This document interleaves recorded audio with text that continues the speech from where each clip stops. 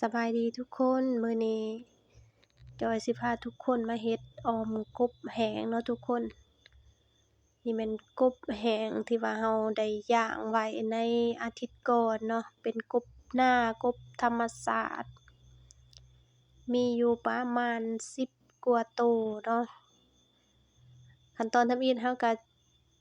สิเอาหม้อไปข้างเตาไฟไว้แล้วก็เอาน้ำใส่สิงไข่ลงเนาะบัดนี้เราก็มาเฮ็ดกับกบสิตัดเป็นตอนแต่ว่าจอยเลือกที่สิหักเอาแบบนี้เอามือหักสีกกันเลยเนาะทุกคนนี่กบก็มีอยู่10กว่าโตวย่างแห้ง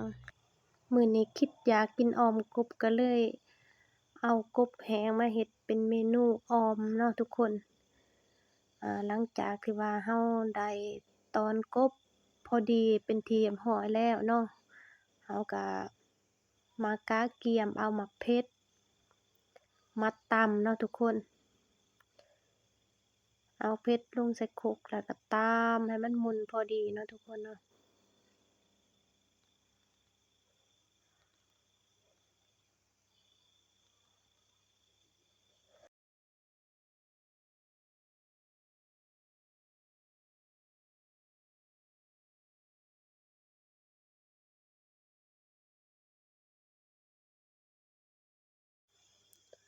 หลังจากตำหมักเพชร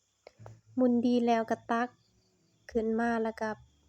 เอาไปใส่หม้อได้เลยเนาะทุกคนหม้อเรานี่ถึงว่าสิฟดหรือว่าบ่ทันฟดก็เราสามารถใส่หมักเพชรได้เนาะเอาสิงไข่ใส่เนาะสำหรับเครื่องประกอบของเราในมื้อนี้ก็สิมียอดหวายเนาะยอดหวายป่า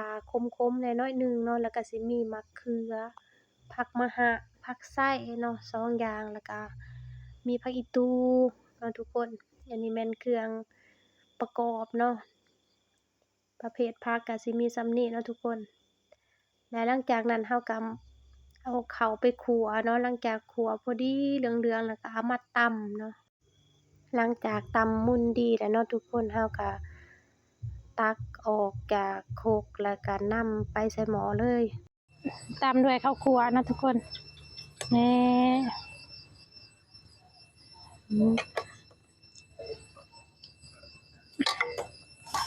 ต่อมาก็กบลงหม้อเลยลงเลยอืม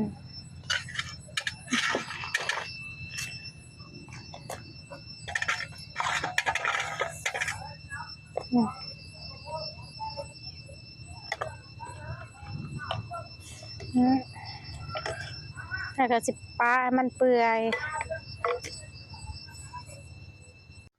หลังจากต้มฟดได้ระยะหนึ่งแล้วก็เราก็มาเติมเครื่องปรุงลงเลยเนาะทุกคน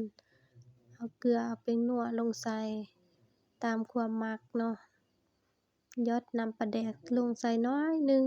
ส่ำพอดีหอมเนาะทุกคนชิมเบิ่งถ้าว่าพอดีแล้วก็โอเคเลยเนาะตามด้วยไวน์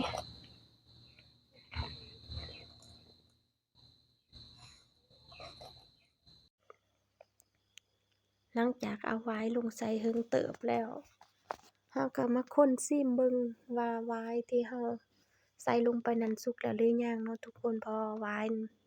มันค่อนข้างอยากแข็งแล้วก็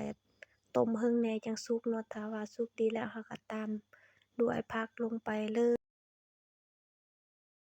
บัดนี้เราก็มาคนผักคนไปคนมา